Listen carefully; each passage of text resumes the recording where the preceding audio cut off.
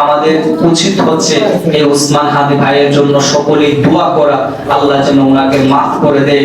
ওনার ছোট একটি 9 মাসের সন্তান আছে, ওই সন্তানটা এবং ফ্যামিলিটাকে যেন ধৈর্য ধারণ করার মতন তৌফিক দান করে দেন। আমরা সকলেই ওনার জন্য দোয়া করি। আমিন। রব্বুল আলামিন আমাদের ওসমান হাদি ভাই আল্লাহ গুলিবিদ্ধ অবস্থায় দেশের মাটি ছেড়ে প্রবাসের মধ্যে মৃত্যুবরণ করেছেন।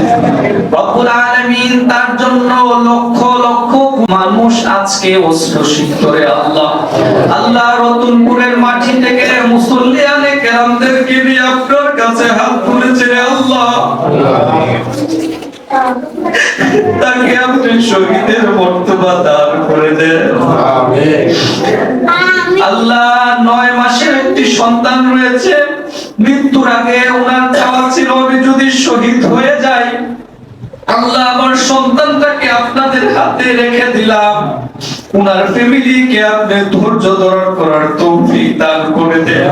আমিন। রব্বুল আলামিন আপনার ইসলাম প্রতিষ্ঠিত করার জন্য, দেশকে রক্ষা করার জন্য, মানুষের ঈমানকে রক্ষা করার জন্য যারা অকাতরে শহীদ হয়েছে, আল্লাহ ওই শহীদদের মর্তবাকে আপনি বুলন্দ করে দেন। জানি না আমাদের উপরে হকের কথা বলতে গিয়ে জানি না কার কখন আমাদের উপরে ছুরির আঘাত করে গুলি মেরে ফেলে।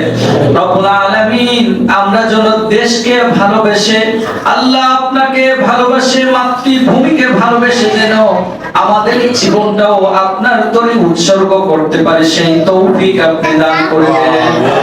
রব্বুল আলামিন এই রতনপুরের মাটি থেকে যারা অন্ধকার কবরে আল্লাহ প্রত্যেককে মাফ করে দিয়ে কবরকে আপনি জান্নাতের টুকরা বানিয়ে দেন।